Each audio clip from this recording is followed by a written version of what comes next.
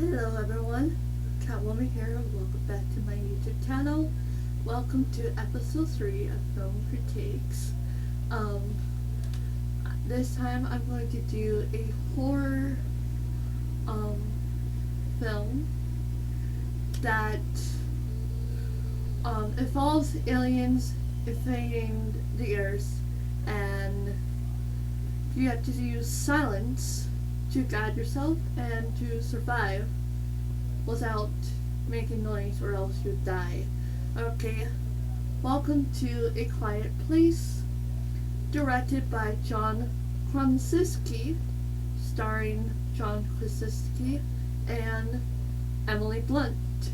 Alright, so before this movie starts, okay, there was an alien invasion that happens, and these monsters called death angels are actually blind, and they rely on sound to hunt for their prey, which unfortunately is the people, and that caused a apocalyptic event to occur. Okay, so A Quiet Place starts out. Before I start with the movie itself, I actually picked up this movie from the library, so I had a chance to look at the main menu to see if it is considered attractive to the audience or not, because yes, the main menus are very important when it comes to making the right films, because main menus, like,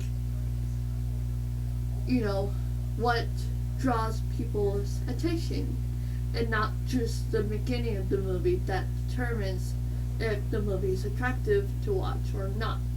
Alright, so I like it. So Emily Blunt plays the mother, who's in the main menu picture. Okay, so her character was like holding her mouth shut as she was looking a little bit horrified to her right. Okay, so the background was a barn, and then now there was a house behind her on the left, and the colors were like the shades of grays and black and white. And then there was like a black tree on the far left. Okay, so I considered the colors and the woman holding her mouth shut perfect due to the aesthetics, not because of the colors, aesthetics of the main menu. Okay, and I like how there's like a red stripe on the bottom, so like containing play, setup, scene selection, and previews in color white, which completes the vibes of a horror movie. Okay, I like how the red stripe at the bottom containing the options to like press on, I like how that's like a contrast to the background. Okay, and it like completes the horror vibes. Okay, and what gave it away as a horror was Emily character holding her mouth shut, and she had like a horrified expression on her face, which gave it away. Very nicely done. I love that. Now we can start with the movie. Start talking about the movie. Okay, so it's day 89. Okay, so this movie starts out with camera pointing at a traffic light being on the ground, signifying the fact that the town is now abandoned due to the alien invasion. Okay, I like that because it helps me gain the picture of what's really going on in the movie. So, and then I got to look at all the abandoned buildings in the town that were also destroyed. I say that because in the store that I'm about to talk about, all these buildings are filled with leaves, twigs, stuff like that. That stores are not normally filled with, right? Because it's abandoned, right? And then I see a girl and a woman walking around the store looking for resources like food and meds. Okay. There was a small little kid, like a boy, running down the aisle at one point. So it's like building up the beginning of the movie a little bit. You get to know the characters a little bit, or aka the family that I'm about to mention in this movie. Okay. And there was a girl I noticed wearing hearing aids. Okay. Then I realized, oh, she's probably either deaf or hard of hearing. Alright. And needs sign language using for communication.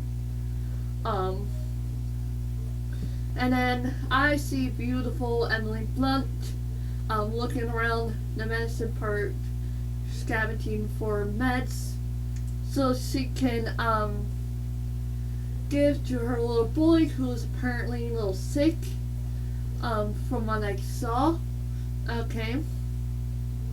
And then the bigger boy, not the little boy, because the little boy I see it was playing with leaves due to boredom and needs a little bit of stimulation, because ever since the alien invasion, he doesn't really have friends to play with. But he has a little sister. He has a bit older sister that he gets to play with too, and an older brother. But then I realized later,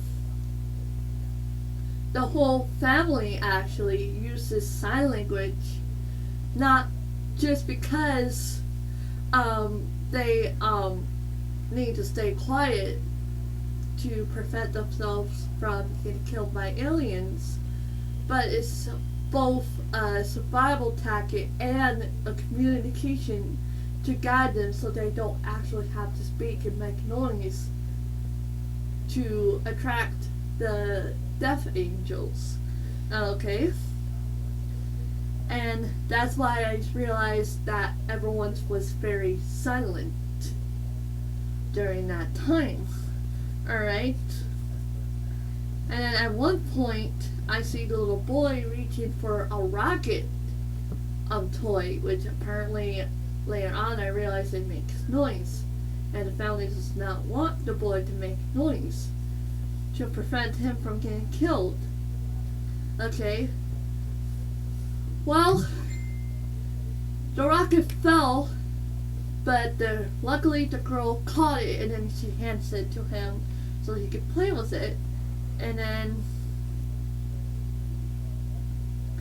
that's when I see the father coming in, aka John Krasinski, okay, whose character's name is actually Lee Abbott. The whole family's name, the surname for the whole family is named Abbott. Okay, so I'm gonna introduce you to the family here. Okay, so father's name is Lee Abbott. Okay, the mother's name, aka Emily Blunt. Her name's Evelyn Abbott in this movie. The deaf girl's name is Regan, and the two boys are Marcus, he's the older boy, and the younger little boy, his name is Bo Abbott. Okay, so the whole family uses sign language because the Regan is actually deaf, but they're also using it as a survival tactic to not attract the monsters to them, so they can protect their family. Okay, and the father warns the boy not to take the rocket list. He said it's too loud. Okay. And so the father puts it away, and then he takes the family out, including the mom, outside to travel back home. But the boy and the girl linger longer, and the deaf girl hands the rocket to the boy, and the boy was looking at the batteries and hesitated before taking the batteries out, and then he goes outside. Okay. A little bit of disclaimer, this movie is very intense, and there are violent scenes that will frighten you guys, so just in case you don't want to watch this review, you don't have to. Okay. I'm sorry for not giving you guys the disclaimer earlier, but now that I did it, at least you guys will choose whether to watch this or not. And then I like it when they have like angles of other things that like make sense with the movie. So there was the camera pointing at the birds in the sky. At least lets me know there are animals that are still there. And then I noticed that the family is actually walking barefoot, which is another form of survival tactic. Yes, if there were blind aliens relying on sound to hunt for prey on Earth, yes, I would be walking barefoot too. Okay. So I see that the whole family were walking down quietly as possible. Alright. And then there was at one point, there was a camera pointing at Regan, the deaf girl. Okay, and I saw that she had braids, which looks very cute and girly on a girl. Okay. If you guys want to be girly, yes, wear pigtails, wear braids, you know. It looks cute on you girls. Keep that in mind, okay? And then, poor little boy decided to play with his rocket when they reached the bridge. Yep. Guess what happened? The four-legged blind death angel killed him. Got him. And the father tried to rescue him, and it was already too late in the first place. So, yep, poor little bull got caught because he did something stupid.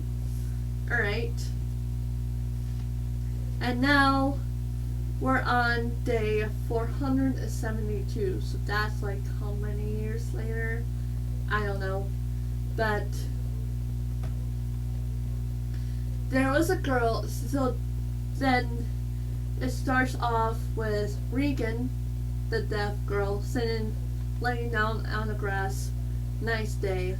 She was wearing a yellow shirt over top of a white, like a yellow jumper over top of a white. It looks cute on her. I think yellow is her color. And then Evelyn, aka Emily Blunt, the mother, she was coming around with Harvest and signs for her to come with her as she walks around, as she walks back towards their home. Okay, so she gets up and joins her mom, and they both go into the barn. And she hands her the harvest to get her to take care of it. And then I see Dad's office for the first time. It was filled with notes about the monster, security cameras, and newspapers about the apocalypse. Another survival tactic I noticed was they were putting sand past a gate. It was to prevent them from stepping on leaves. to prevent to that might attract monsters. Okay, and then there was newspapers gathered around Lee's office about the apocalypse that happened. Okay, and there was like one note that was on the whiteboard, like what is the weakness of the monster. Like the father was actually very aware of the situation that was going on. That's what it said to me. Okay. And then it takes me to Marcus pretending to drive a truck. Okay.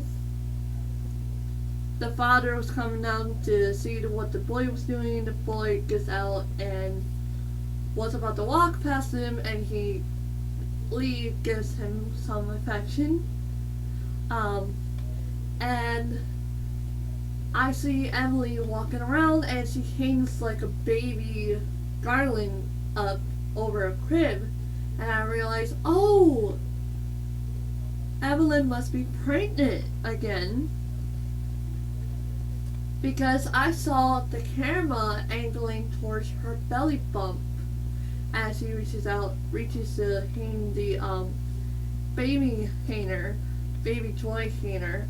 Okay, and then I see that Evelyn, the mama, she was setting up a breathing pump for her baby, also as a survival tactic to protect the baby from the monster. Okay, and so she puts the wooden lid on the box, also for soundproof idea. Okay, and then during nighttime, the father was sitting on top of, I don't know what's it called, but it's like a cylinder like tower where you put corn kernels in it. Okay, he was sitting on top of it, and he had a fire on there, and he was looking at a little box filled with Bo's possessions. Okay, signifies to me that he's still mourning for his loss of Bo, his little boy. Okay, and so he burns it in honor of him. Okay, and then the mom and Regan was in the barn. The mom was cooking fish for dinner, and she signs to Regan like, "Hey, go get Dad for dinner. It's dinner time." She goes, "Okay, Mom." And then the girl goes to her dad, who's in the bathroom washing his face. She's like, "Dad, dinner." He's like, "Okay." And then the whole family's now around the table, and they slowly come together and they silently pray before they finally eat. And then afterwards, Marcus and Regan plays Monopoly together, and they accidentally got reckless and accidentally knocked a lantern over, which was lit up, and it almost burned the barn down. But luckily, Lee sorted out the lantern and silenced them. You know, reminder, he's like, "Keep quiet," and there was a noise outside, and then there was like two like possum like animals falling down off the roof of their home. And that was a very nice jump scare there, by the way, John. Thanks for that jump scare.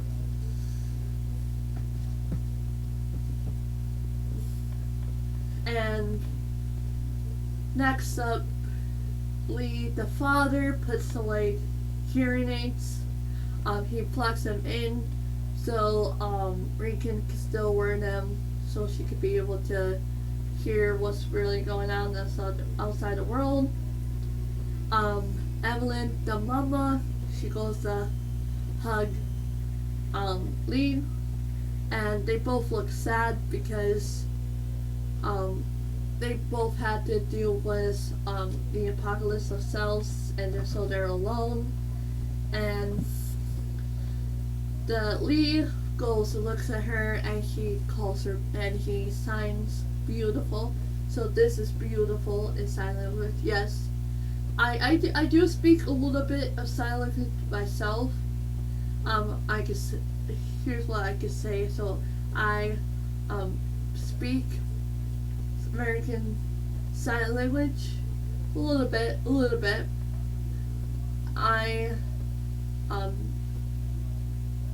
I'm not deaf. I can hear, just to let you know. So yes, I do know a little bit of sign language.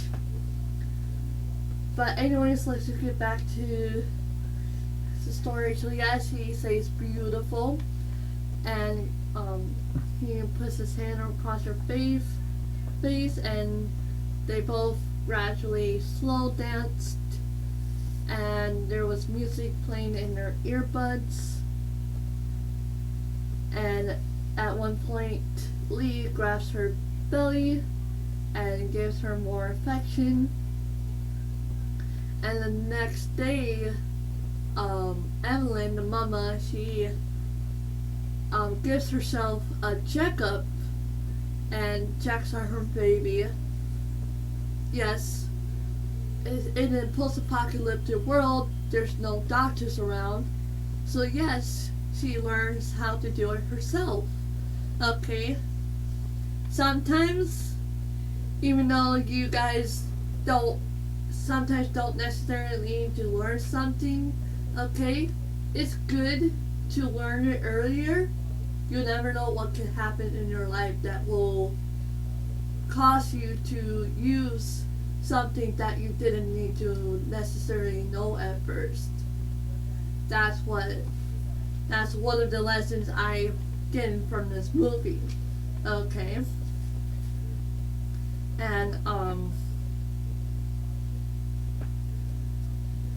And yes, I said that she can't do it. She can't go to the doctor at the time because there was no doctor around. And the next thing, Regan silently walks to the house, and she goes and looks into the basement, and apparently Lee caught her because suddenly they're walking outside. And he warns her, he's like, you can't go down there. And she's like, why? He's like, you know why? Because of the monsters, obviously. And he said, hey, he took small amplifiers from the stereo, and she said, hey, they don't really work. He's like, yes, they will. She said, no, they don't work. Well, you'll find out later on that is actually the weakness against the monster. I'll explain that later. And then it takes me to the bedroom where the mom teaches the son the fission while still signing because obviously they can't speak. And then the father's going to travel, so he takes the son with, but he's reassuring the son that, hey, he's going to be okay. He tells the daughter to stay with the mom, and she was a little frustrated because she wants to travel with her dad. And oh yes, I remember seeing the sand pathways and realized, oh yeah, that's right, another survival tactic to make sure they don't make noise. And then I see the daughter in her bedroom. She was putting her hearing aids on. She was silently snapping her fingers. she has a meltdown. Then she goes packs her bags, and the father-son goes to the river to collect the fish that they caught. And the father makes sound, and the boy freaks out, saying, "Oh my God, Dad, they gotta hear you, they gotta hear you." This is the scene where I hear them speak for the first time. But the boy freaks out, saying that, "Hey, they'll hear you, they'll hear you." Father's like, "Nope, you're okay. The river's masking our sound, okay? Small sounds are safe. You're safe. But unless there is bigger sound that is louder, then you're not safe. Okay?" And then I see the daughter run away from home, and Emily walks upstairs with supplies. She was walking downstairs to the basement with supplies. There was a bag stuck on a nail. She was walking upstairs, never mind. And then the bag gets stuck on the nail, and it caused her to trip and fall upstairs. And then the next scene, the father and son were by the waterfall. He talks to him and said, "Hey, you're okay." Let him know that the water was what's masking the sound.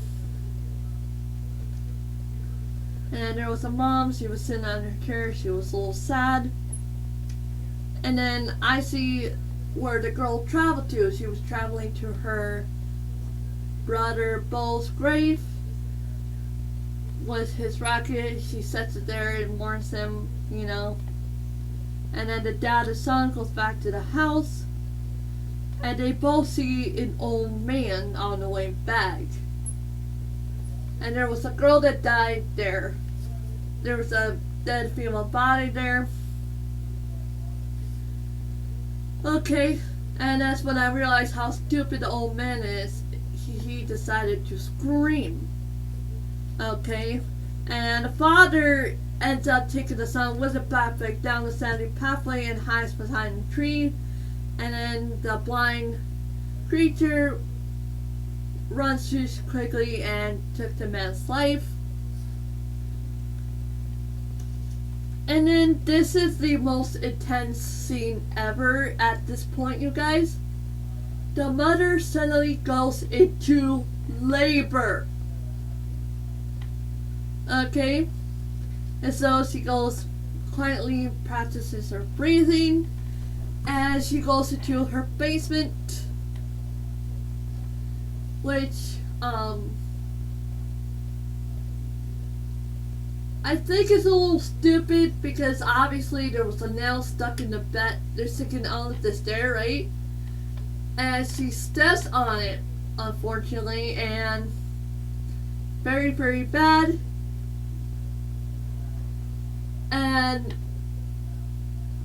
there was a monster that went into the house, and it was very intense. It sets not just me in the panic mode, but it sets the mom in the panic mode, because she tried, and luckily she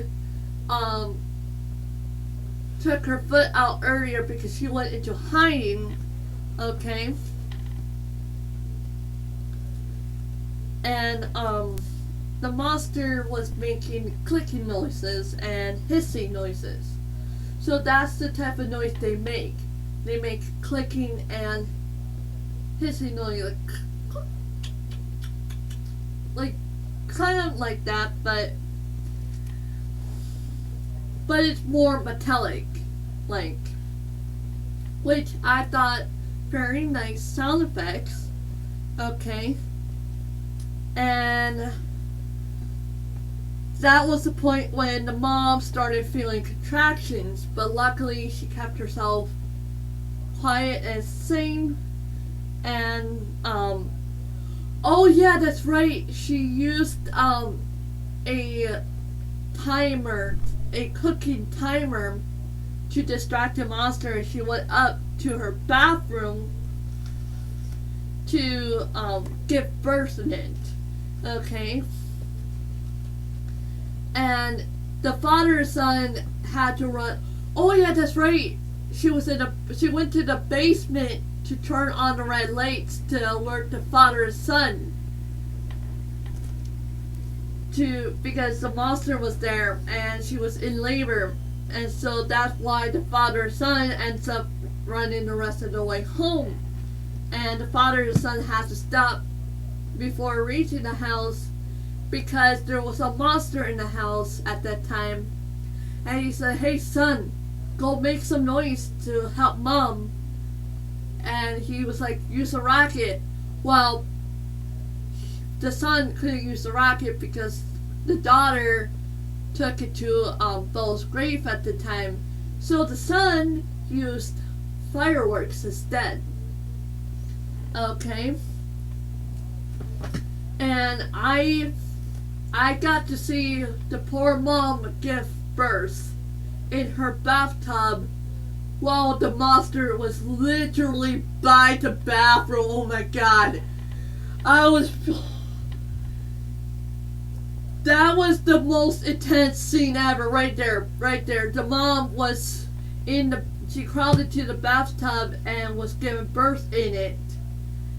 And she was trying her best to keep her mouth shut. Not only was it the most intense scene, but it was the most impressive though. Like, that was very tough right there.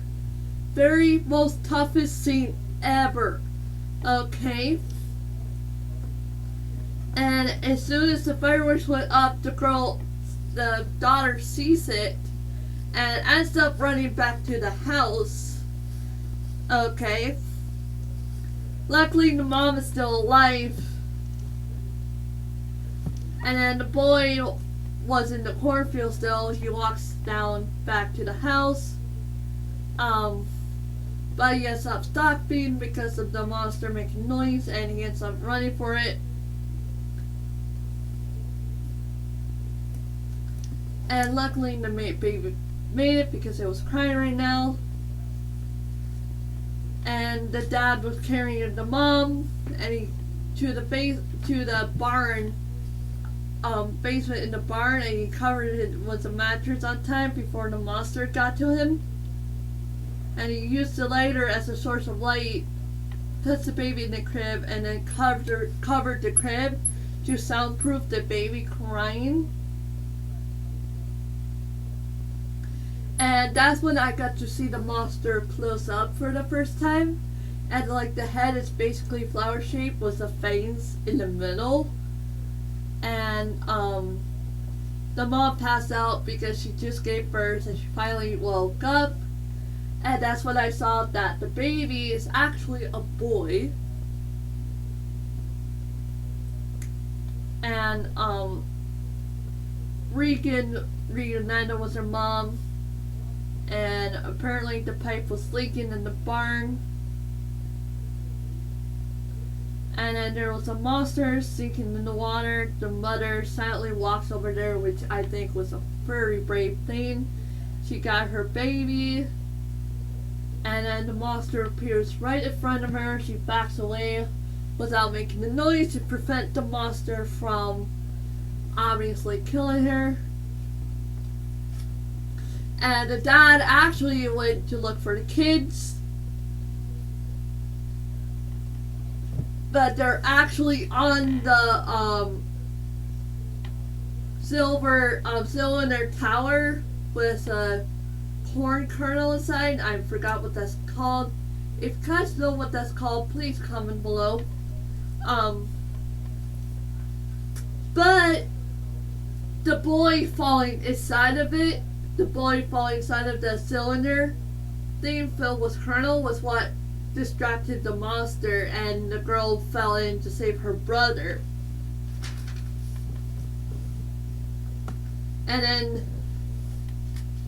But then she ends up sinking inside the kernels, and the boys actually got her out on time. And then the monster was in, and the kids used the door to protect themselves because the door fell down, and then the monster goes out the side of the kernel, causing it to have a hole. And then the father goes to where they were, and the kids jumped out and went to the father's side. And they walked, and then he's like, "Go run, run, run!" The Marcus and Marco and the girl went to the truck. Boy hides the side of it while Ricky goes underneath. Okay. And the father goes and grabs an axe to defend himself against the monster. And the monster was like on top of the over roof type of thing where the father grabbed the axe from. And the monster was about to attack the father. He swung an axe, but he got attacked instead.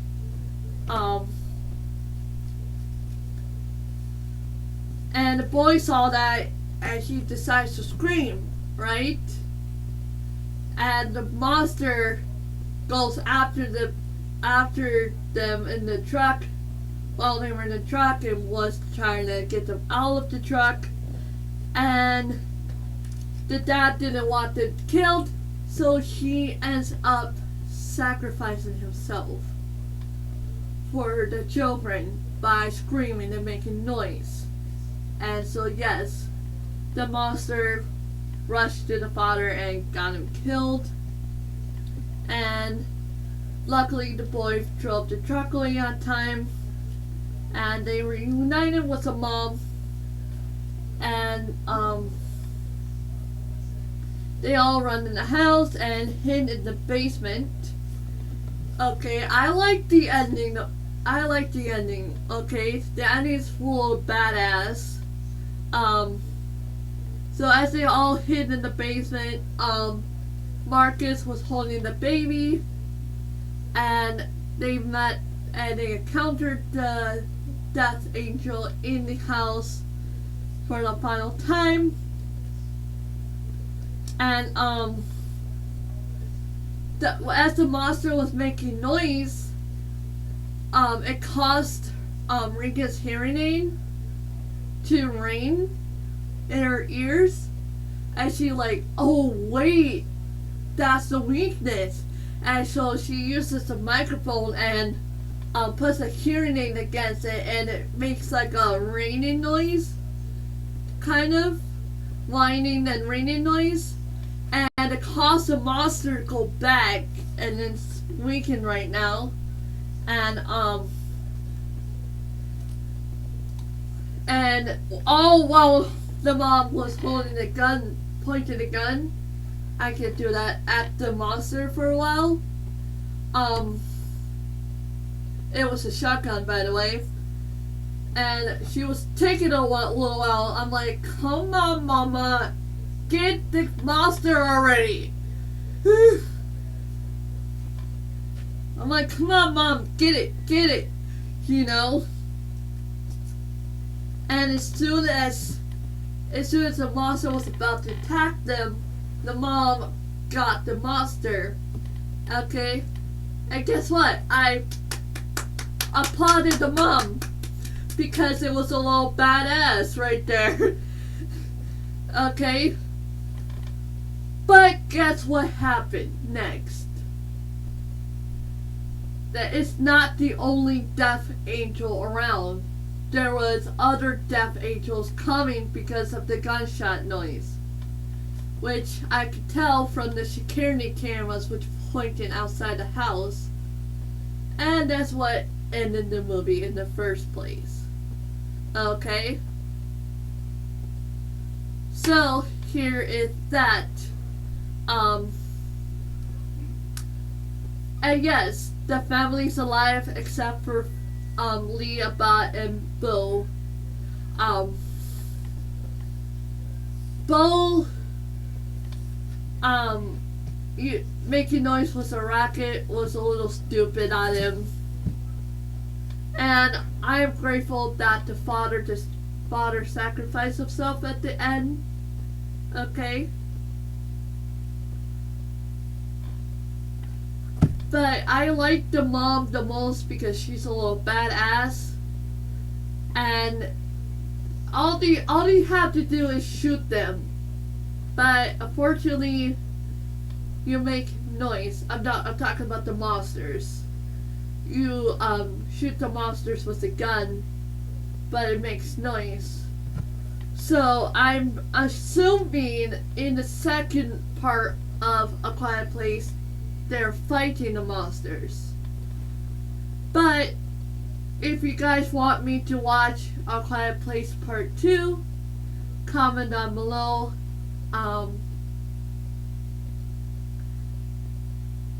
Yeah, so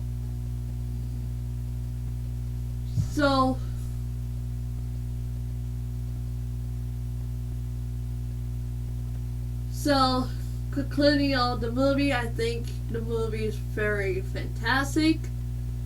It was thrilling. It was very intense at times, and I like the build up of the intensity from the beginning to the end. Very well done. I like how there's like some lighter lightings, and then there's like some dullness to it. Very well done. I liked how they used lights and sign language to communicate, and I like how they distracted the monster from each other throughout until the end. Very well done. Well, concluding the video, if you like this film critique review, give this video a thumbs up and subscribe for more. If you have any video requests, don't be afraid to comment down below. I'll let you guys go for now. I hope you have a good morning or good night. God bless you. I love you. I sincerely hope you have a good rest of your day. I'll see you guys later for another video. Bye.